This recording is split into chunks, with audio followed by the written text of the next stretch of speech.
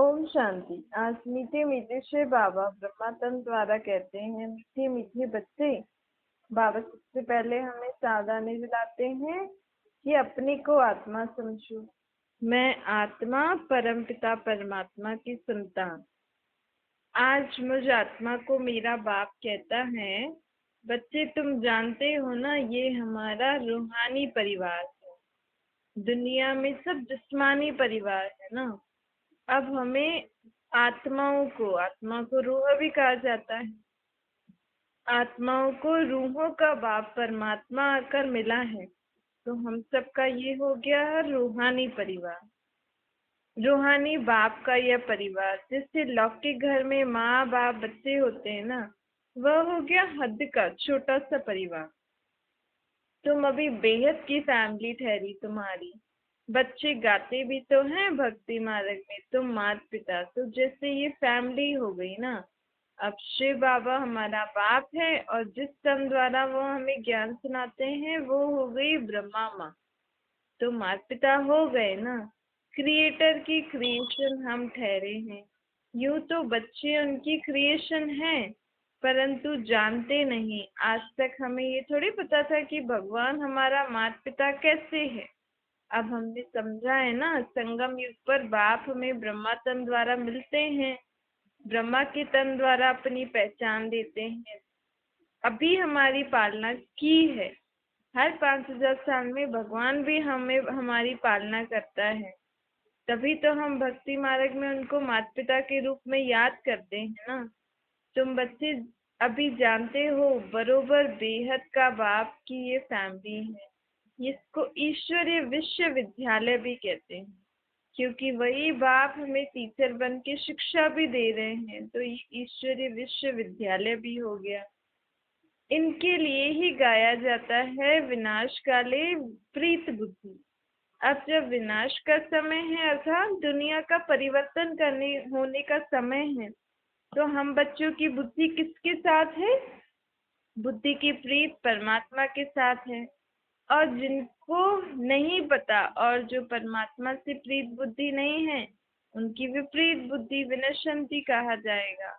तो अभी हमारी प्रीत बुद्धि है, तो हम जाके स्वर्ग के सुख देखेंगे। ऐसी फैमिली कभी गीता में भी नहीं बताई कि भगवान ने भी ईश्वरीय फैमिली स्थापन की। अब यही ईश्वरीय फैमिली के बच्चे जाके दैवी राजधानी के बनेंगे। गुप्त दैवी राजधानी स्थापन कर रहे हैं ना हम। किसको भी पता नहीं कि ये सब क्या करते हैं। तुमको तो नशा है कि हम बाप को याद करके अपनी आत्मा में शक्ति गुण भर रहे हैं, और बाबा जो रोज रोज हमें शिक्षा दे रहे हैं उसको पढ़कर हम 21 जन्मों की कमाई कर रहे हैं। याद से हमारी आत्मा तंदुरुस्त होती है, ज्ञान से हमारी 21 जन्मों की कमाई होती है। रूहानी बाप दादा के फिर हम सब कौन हो गए? भाई बहन। माता पिता और भाई बहन, बस यही संबंध है और कोई संबंध नहीं। सत्युग में ईश्वरीय फैमिली नहीं होगी, ईश्वर की फैमिली अभी है। फिर हम सब सत्युग में जाके दैवी फैमिली वाले बनेंगे, क्योंकि ईश्वर हमारी अभी ही पालना करते हैं। सत्युग में वो अब शरीर लेकर पालना नहीं करेंगे। ये बड़ी जबरदस्त फैमिली है।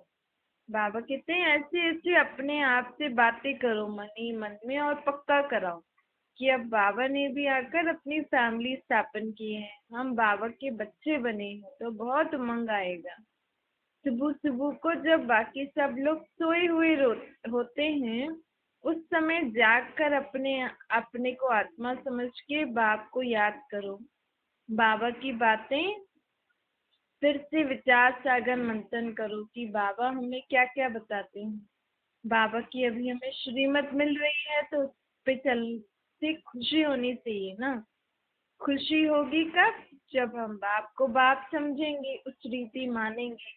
अब बाबा हमारे लिए नई दुनिया अर्थात नया मकान बना रहे हैं। जब पुराना मकान हो जाता है और नया मकान बिल्कुल तैयार हो जाता है, तो पुराने मकान से आसक्ति हट जाती है ना। तो अब दुनिया भी पुरानी हो गई है। जब तक रहना है तब तक मरम्मत करके चलना है। जब नया मकान तैयार हो जाएगा, तो ये दुनिया फिर खत्म हो जाएगी। तो बाबा कहते हैं अब नई दुनिया अर्थात नए घर की स्थापना हो रही है गुप्त रूप में। कहा भी जाता है ना, भगवान ने संकल्पों से सृष्टि रची, ब्रह्मा के द्वारा सृष्टि रची। तो बाबा कहते हैं अभी हम अपने संकल्पों से अपनी राजधानी स्थापन कर रहे हैं, आत्माएं तैयार हो रही हैं। फिर वहां जाके जब यहाँ सब कुछ पुराना खत्म हो जाएगा, फिर यहाँ ही नई सृष्टि, नए रीति, घर आदि, महल आदि सब बनेगी। फिर वहां हमें नया चोला भी मिलेगा। यह देह तो पुरानी हो गई है ना, अब तुम भविष्य 21 जन्मों के लिए राज्य भाग्य ले रहे हो। कौन? आत्मा। यह बातें सिर्फ तुम ही जानते हो। गीता में भी है ना राजयोग, इसे कहा जाता है सहज राजयोग। अनेक बार हमने ये राजयोग सीखा है, अनेक बार हम दैवी दुनिया में गए हैं, क्योंकि ये चक्कर 5000 साल का है ना। 5000 साल में ये चक्कर घूमता ही रहता है। आज जिस रीति हम बैठे हैं सुन रहे हैं, 5000 साल बाद ऐसे ही होगा। तो बाबा कहते हैं हर 5000 साल में मैं तुम्हें ऐसे सब कुछ राजयोग और ज्ञान देने आता हूँ। सत्युग में हमें ये बातें थोड़ी याद होंगी कि हमें सत्युग की दुनिया का वर्षा किसने दिया है, वहाँ ये सब बातें याद नहीं होंगी। अगर याद रहे चक्कर का ज्ञान तो चिंता हो जाए कि अब तो फिर से कलयुग में जाना है, तो फिर सुख भी ना भाते। ऊंच ऊंच बाबा की ये फैमिली है ना, इसको कहा जाता है ईश्वरीय गुप्त फैमिली, ईश्वर विश्वविद्यालय, ईश्वरीय यज्ञ भी कहते हैं। अभी बाबा ने विद्यालय भी खोला है, फैमिली भी स्थापन की और यज्ञ भी स्थापन किया है। इस यज्ञ में पुरानी दुनिया की सारी सामग्री स्वाह हो जाएगी। फैमिली है ना, हमको बहुत लवली बनना है, क्योंकि हमारा बाप भी बहुत लवली है ना, जिसको सारी दुनिया याद करती है। और देवी देवताएं भी तो कितने लवली हैं, तो वो संस्कार अभी से ही धारण करना है ना। उठना बैठना खाना पीना सब यहाँ से ही अपने अंदर संस्कार भरने हैं। देवताएं तो पवित्र रहते हैं ना, तो पवित्रता भी यहाँ से ही धारण करनी है। वो लोग भी लहसुन प्याज थोड़ी खाते हैं, तो हमें भी यहाँ से ही अपने संस्कार बनाने हैं। ऐसी चीजें नहीं खानी है जो हम देवी देवताओं को भोग लगाते हैं, तो हम भी उनकी दुनिया में जाने वाले हैं, तो हमें भी ये सब चीजें नहीं खानी चाहिए। तुम्हारी आत्मा का रूप भी है, तो आत्मा में ज्ञान भी है। तो आत्मा कौन हो गई? रूप बसंत। इतनी छोटी सी आत्मा अविनाशी पाठ बजाती है। इस समय तुम रूप बसंत बने हो ना। बाप ज्ञान का सागर ने हमें आकर ज्ञान सुनाया, तो हम ज्ञानवान हम भी बन गए हैं ना। ज्ञान देने के लिए जरूर शरीर में तो आना पड़ेगा ना बाप को। तुम जानते हो अभी बाबा हमें ज्ञान सुना रहे हैं। बाबा का एक एक ज्ञान का रतन लाखों रुपए का है। अब तुम आत्माओं को बाप का परिचय मिला, बाप ने स्मृति दिलाई ना, तुम्हारी बुद्धि में है अब कि हमने 84 का चक्कर पूरा किया। अतः इस 84 के चक्कर का ज्ञान है, इसलिए हम कौन हो गए? स्वदर्शन चक्रधारी। विष्णु व लक्ष्मी नारायण को तो विष्णु को स्वदर्शन चक्र दे दिया है, लेकिन विष्णु अवतार लक्ष्मी नारायण का कंबाइंड रूप। सत्युग में थोड़ी कोई लक्ष्मी नारायण ऐसे हिंसक चीजें लेंगे अपने हाथ में, नहीं। स्वदर्शन चक्र अर्थात लक्ष्मी नारायण की भी आत्मा ने अपने पिछले जन्म में इस सृष्टि चक्र का ज्ञान समझा और सभी को सुनाया, तभी वो ऐसे विश्व के मालिक बने। क्योंकि अभी हमें बाबा पूरी विश्व की जानकारी दे रहे हैं ना कि सृष्टि चक्र कैसे घूमा है, कैसे सृष्टि पर पहले किसका राज्य था, फिर कैसे धर्मों की वृद्धि हुई, कैसे बाहर के देश बने, स्थापन हुए। तो अभी हम हैं स्वदर्शन चक्रधारी। लक्ष्मी नारायण की आत्मा भी स्वदर्शन चक्रधारी अभी है, क्योंकि उनमें ये ज्ञान है। सत्युग में उनके हाथ में न शंख होगा, न गदा होगी, न चक्र होगा, न कमल होगा। इसका भी अर्थ है विष्णु के हाथ में जो सुदर्शन चक्र दिया है, अर्थात उनकी आत्मा ने अपने पिछले जन्म में सृष्टि चक्र की आदि मध्य अंत ज्ञान को जाना, जिससे वो इतने ऊंच बने। फिर उनके हाथ में जो शंख है, उसका अर्थ है कि उनने भी अपने पिछले जन्म में परमात्मा का ज्ञान समझ के जीवन में धारण कर सबको सुनाया। शंख बजाते तो सब सुनते हैं ना, तो उन्होंने अपने मुख से सबको सुनाया। और गदा अर्थात परमात्मा की शक्ति से आसुरी संस्कार स्वभाव विकारों पर विजय प्राप्त करी।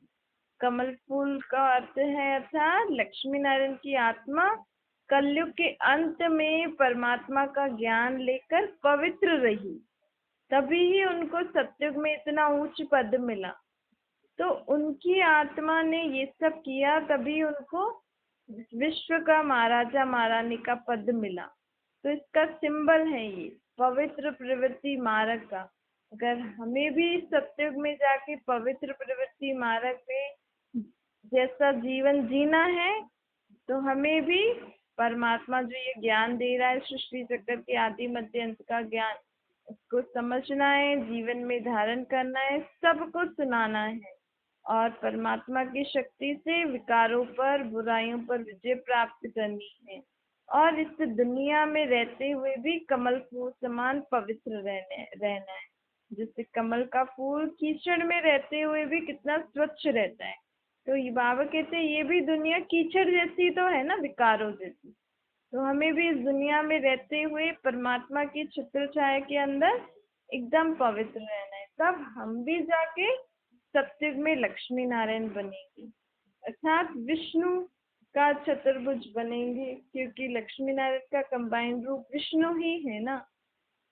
तुम आत्माओं को भी ज्ञान मिला है साकार में प्रजापिता ब्रह्मा तन द्वारा। ये ब्रह्मा है great great grand father, Prajapita Brahma का तीसरा है ना। बाप सृष्टि रचते हैं ब्रह्मा द्वारा, तो बड़ा भी ब्रह्मा हुआ ना, मनुष्य तन में तो बड़ा ब्रह्मा हुआ ना, दिखाते भी बूढ़ा है। ये 84 जन्मों का चक्कर लगाए हुए है ना। अभी तुम इन बातों को समझ गए, यह भी तुम जानते हो कि बाप के तो सब बच्चे हैं, आत्माओं को बाप का परिचय देना है सबको। अभी भारत का बहुत कल्याण हो रहा है, लोगों को भला कल्याण दिख रहा है, लेकिन परमात्मा की नजर में अभी सबका क्या हो रहा है? कल्याण हो रहा है, क्योंकि दुख की दुनिया तो खत्म होगी ना। तो भल इस समय लोगों को बहुत दुख देखने को मिल रहा है। क्यों? क्योंकि हिसाब किताब चुकतू करके ही तो जाएंगे ना। अभी इतने जन्मों का हिसाब किताब है, वो किसी न किसी रीति तो चुकतू होगा, या बीमारी द्वारा या सजा खा के अंत में किसी न किसी रीति चुकतू करके जाना है सबको, और इकट्ठा जाना है, तभी तो इस दुनिया में फिर स्वर्ग आएगा ना। तो बाबा कहते हैं परमात्मा की नजर में अभी दुनिया का, उसमें भी खास भारत का कल्याण हो रहा है। सभी आत्माएं अब पवित्र बन मुक्ति धाम में जाएंगी, एक भी नहीं रहेगी। हम ये नहीं सोचे विदेश वाले रह जाएंगे, नहीं। परमात्मा बाप आया है तो विश्व की सर्व आत्माओं को पवित्र बना के मुक्ति धाम में ले ही जाएगा।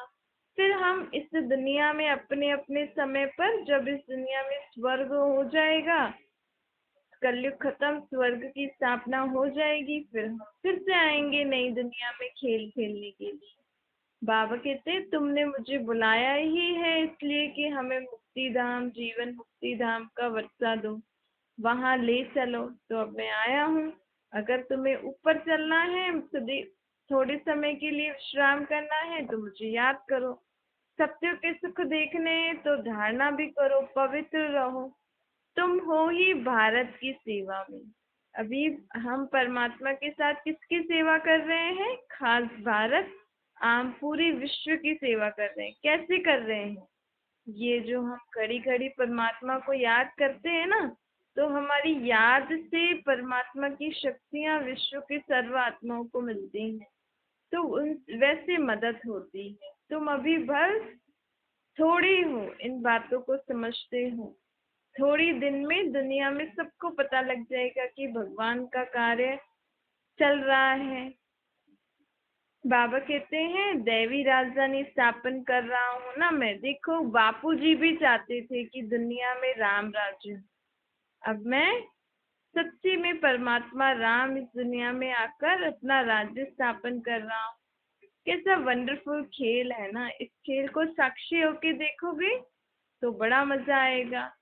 ड्रामा अनुसार दुनिया की गति बुरी तो हो गई है, अब इसीलिए बाप आकर सबकी सदगति करने आए हैं। तो तुम बच्चों को बहुत नशा होना चाहिए कि अब पूरी विश्व की सदगति हो रही है।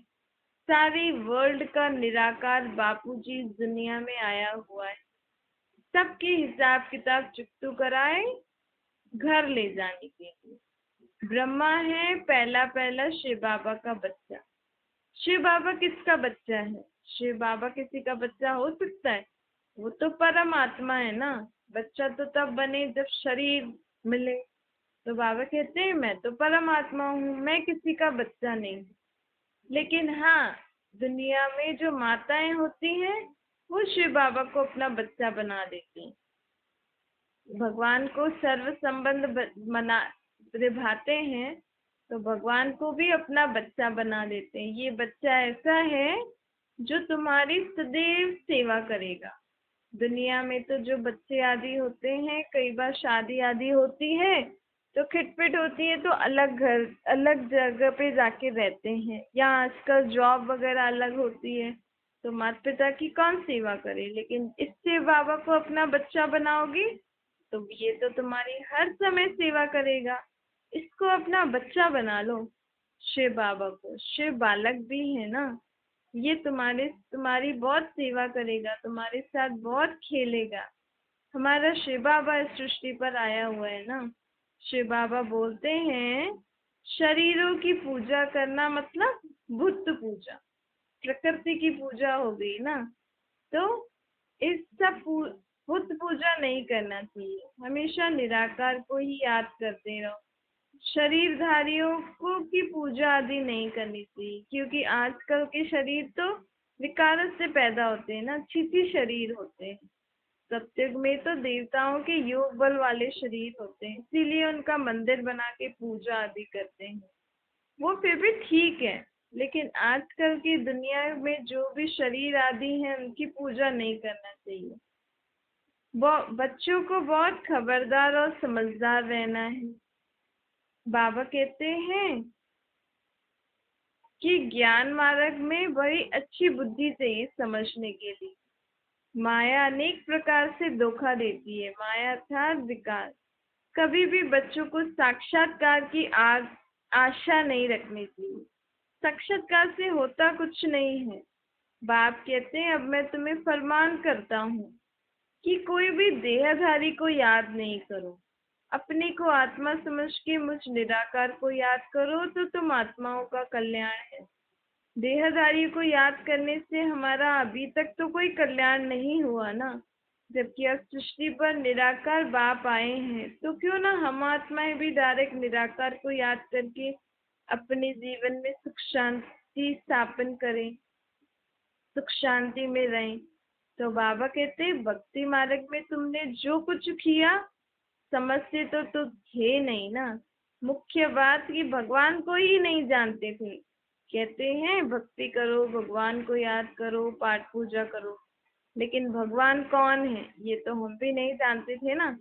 बस इतनी सारी मूर्तियां गुरु आदि संत आदि थे, उनको ही भगवान मान के पूजा करते थे, प्रकृति तत्व। लेकिन अब हमें भगवान ने भगवान का यथार्थ परिचय दिया है कि भगवान है अशरीरी अजन्मा, जिसको अपना शरीर है। तो अब जब भी मुख से भगवान शब्द निकले तो हमारी बुद्धि में क्या याद आना चाहिए? निराकार ज्योतिर्बिंद। कोई भी देहधारी याद नहीं आना चाहिए। तो बाबा कहते हैं मैं तुम्हें फरमान करता हूँ कोई देहधारी को याद नहीं करो। बाप को जानने से भारत की सदगति हो जाती है। बाप को न जानने से भारत बिल्कुल दुर्गति को पा लेता है ना। क्योंकि भगवान को न जानने से हम भक्ति करते हैं तो फायदा तो कुछ नहीं है। अब बाप तुम बच्चों को समझाते हैं हम तुमको सदगति में ले जाऊंगा। बाकी सबको मुक्ति धाम में ले जाऊंगा। भारत जीवन मुक्त में है तो बाकी सब मुक्त में है। अर्थात जब इस भारत पे स्वर्ग होगा तब सब धर्म वाले कहाँ होंगे? मुक्ति धाम में होंगे। बाप आकर भारत को विश्व का मालिक बना देता है। अब भारत विश्व का गुलाम बना है ना, अब विश्व का मालिक बन जाएगा था। इसी भारत में ही सोने हीरे जवाहरातों के ढेर होंगे। सर्व का सदगति दाता एक बाप है। सर्व की सदगति जरूर कल्प कल्प के संगम युग पर ही होगी ना। तुम जानते हो हम आत्माओं का वह रूहानी बाप है। उनको मैं आत्मा बहुत समय से याद करती थी। अब वो बाप आए हैं मुझे आत्मा से मिलने। आते ही पहले मुझे स्वयं की पहचान दी, अपनी पहचान दी। ये पहचान के याद करना ही क्या हो गया? भगवान से मिलन मनाना। भक्ति मार्ग में तुम्हारे दो बाप है ना, एक निराकार परमात्मा, दूसरा शरीरधारी। सत्युग में तुम्हारा एक बाप होगा, क्योंकि सत्युग में हम आत्मा परमात्मा को थोड़ी याद करेंगे, वहां तो दुख होगा ही नहीं। अभी संगम युग पे हमारे कितने बाप हैं? तीन। एक शरीरधारी बाप, दूसरा निराकार आत्मा का बाप, तीसरा ये प्रजापिता ब्रह्मा। क्योंकि ये मनुष्य सृष्टि का पहला पहले आदमी है ना, तो ये हो गए हमारे तीन बाप। शिव बाबा भी बाबा हैं, वो तो सर्व आत्माओं का बाप है। उनसे वत्सा लेना है ना हमको। उनकी याद से हम सभी आत्माओं के विक्रम विनाश हो जाते हैं। ब्रह्मा को याद करने से विक्रम नहीं विनाश होंगे। ब्रह्मा तो बस शिव बाबा का रथ है। इन द्वारा शिव बाबा ने नई सृष्टि की स्थापना की। इसलिए याद उस निराकार को ही करना है, न शरीरधारी लौकिक बाप को, न ब्रह्मा को। निराकार बाप को याद करने से सब दुख दूर हो जाते, सब मनोकामना पूर्ण हो जाती है। हम अभी उनके बने हैं, सच्ची सच्ची बने हैं, क्योंकि हमें उनकी यथार्थ पहचान मिली है ना। यह है सच्चा सच्चा रियल ज्ञान, जो रूहानी बाप आकर हम रूहानी बच्चों को सुनाते हैं। बाकी सब है देह अभिमानी। देह अभिमानी पतित मनुष्य जो कुछ करते हैं वह पतित ही करते हैं। दान पुण्य आदि जो भी करते हैं वह सब पतित ही तो बनाते हैं। क्योंकि आपने दान पुण्य किया, जिसको दान पुण्य किया उसने धन का कहीं और गलत उपयोग लगाया, तो फिर उससे हम भी तो पाप के भागी बनेंगे ना। इसलिए रावण राज्य में जो होता है वो पाप कर्म ही होता है। इसलिए बाबा अब हमें ऑर्डिनेंस देते हैं, कहते हैं बच्चे खबरदार रहना, दान पुण्य करना तो भी सोच समझ के, विकार में नहीं जाना, काम विकार पर जीत पानी है। मन में तूफान बहुत आएंगे, इसमें फा नहीं रहना। देखो वैद्य लोग भी दवाई देते हैं तो कहते हैं ना, दवाई खाओगे तो बीमारी उथलेगी। ऐसे ही परमात्मा को याद करोगे तो ये विकार उथलेंगे, संकल्प आएंगे, लेकिन कर्म से नहीं करना। क्योंकि विक्रम कब बनता है? जब हम कर्म में ले आते हैं। हमें संकल्प आएंगे कि मैं ये चीज उठा के खा लूं, भल वो अपनी है अपने घर की, लेकिन कभी कभी ऐसी चीज खा ले लेते हैं जहाँ सबसे पूछना पड़ता है, मतलब। तो फिर इसलिए संकल्प आएंगे, फलानी चीज ले लो, फलाना काम कर लो, ये सब कर लो, जो कि सही नहीं होगा। लेकिन कर्म में नहीं लेके आना। संकल्प आएंगे तो उनको बाबा की याद से खत्म कर देना। कर्मों से कोई भी बुरा कर्म न करना, न कामवश, न क्रोधवश, न लोभवश, न मोहवश, न अहंकारवश। कोई भी विकार के वश होकर कर्म करना अर्थात विक्रम बना। संकल्प आएंगे लेकिन बाबा को याद करके चले जाएंगे। बाप को याद करोगे तो माया के इतने विकल्प आएंगे जो अज्ञान काल में भी नहीं आए होंगे, क्योंकि अब बाबा को याद करके हम पवित्र रह रहे ना। कहते हैं भक्ति मार्ग में तो बड़ी खुशी होती है ना, भक्ति करते करते लोगों को। लेकिन बाबा कहते हैं अब तुमने भक्ति की ना, तुमने मुझे बुलाया, अब मैं आ गया हूँ। तो अभी भी भक्ति में तो बुलाना होता है, ज्ञान में क्या होता है? मिलना। भक्ति अर्थात भगवान को बुलाना। ज्ञान है भगवान आ गए हैं, हमसे मिलने आए हैं, तभी तो ज्ञान सुनाते हैं ना। तो अब जब मैं मिलने आया हूँ तो मैं ज्ञान सुना रहा हूँ, मत दे रहा हूँ, तो तुम उस मत पे चलो ना। अभी तक तुम मुझे क्यों बुला रहे हो? मैं आके तुम्हें अपनी पहचान दे दी, तुम्हें सब कुछ बता दिया। अब तुम उसको सुन के जीवन में राह अपने जीवन को सुख शांति में बनाओ। बाप कहते हैं बाप कहते हैं कि तुम शिव बाबा कहकर याद करते थे ना। अब इस पुरानी दुनिया को बुद्धि से भूलो और बाप से बुद्धि योग जुड़ाओ। कर्म करते भी, धंधा दौरी करते भी, बच्चों को संभालते भी मुझे अपने साथ रखो, तो मैं तुम्हें शांति धाम सुखधाम में ले जाऊंगा। मैं हूँ परम धाम निवासी। आत्मा का स्वीट बाप से लव तो बहुत है, लेकिन आत्मा बाप को नहीं जानती थी, इसलिए बाप आकर ने उन्हें अपनी पहचान दी है। आत्मा कहती है बाबा मैं आधा कला बाप को भूल गई थी, भगवान के नाम से याद तो करती थी, लेकिन आपके यथार्थ नाम रूप की पहचान नहीं थी। अब आपने मुझे पहचान दी है, तो अब मैं उस रीति आपसे मिलन मनाऊंगी। अब तुम घर बैठे भी मुझे याद कर सकते हो। भक्ति मार्ग में तो लोग सोचते थे भगवान को याद करना है तो एकांत जगह कोठी हो, कहीं जंगल में जाके भगवान की तपस्या करी। पर बाप कहते हैं तुम्हें कहीं ऐसी कोठी वोठी में बैठ के माला आदि नहीं जपनी है मुझे याद करने के लिए। न ही संन्यास लेना है, न ही जंगलों में जाना है। मैं तो कहता हूँ धंधा दौरी करते, घर गृहस्थ में रहते हुए भी मेरे साथ रहकर कर्म करो। मैं तुमसे कुछ छुड़वाता थोड़ी हूँ, बस कहता हूँ अपने को आत्मा समझो, अपने मुझे निराकार रूप में याद करो और पवित्र रहो।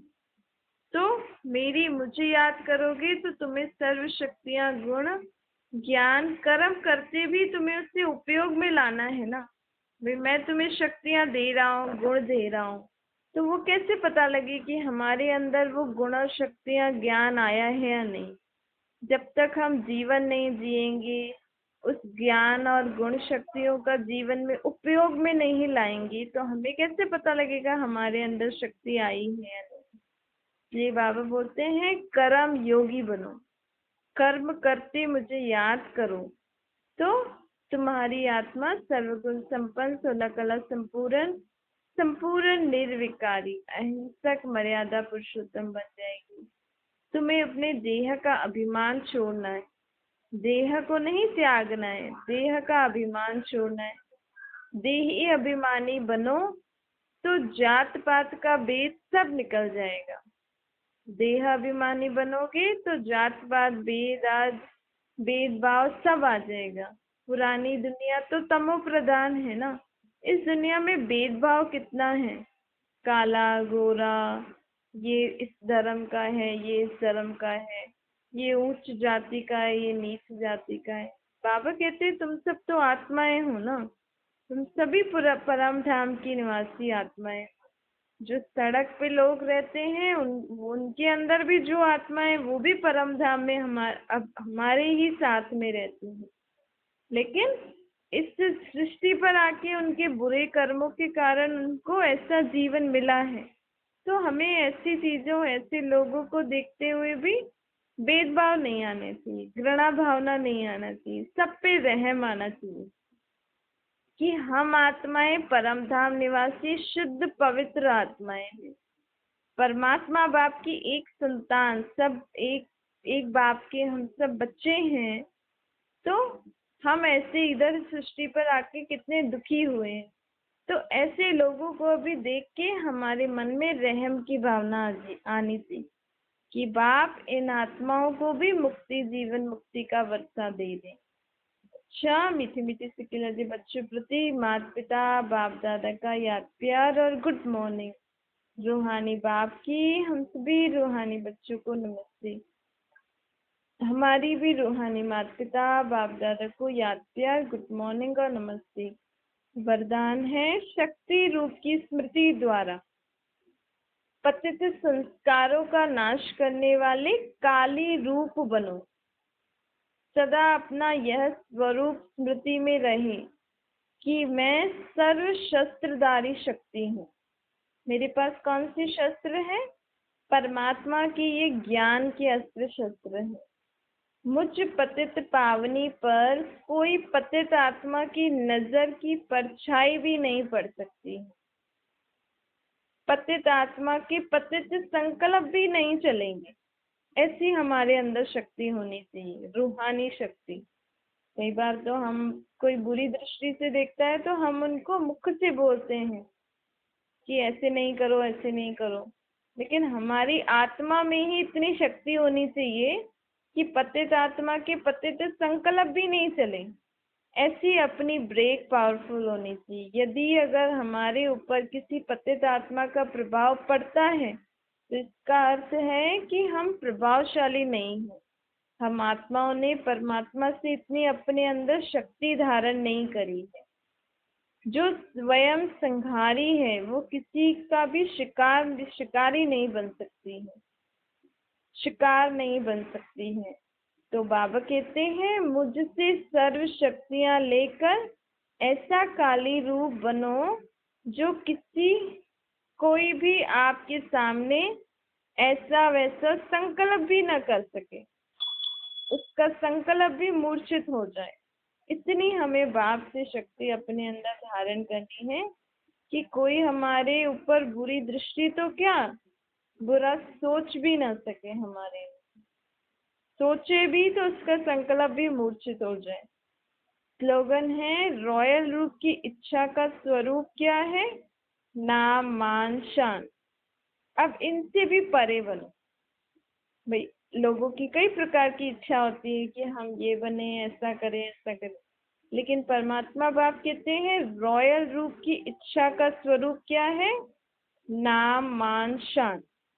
अब इससे भी परे बनो। अच्छा, ओम शांति।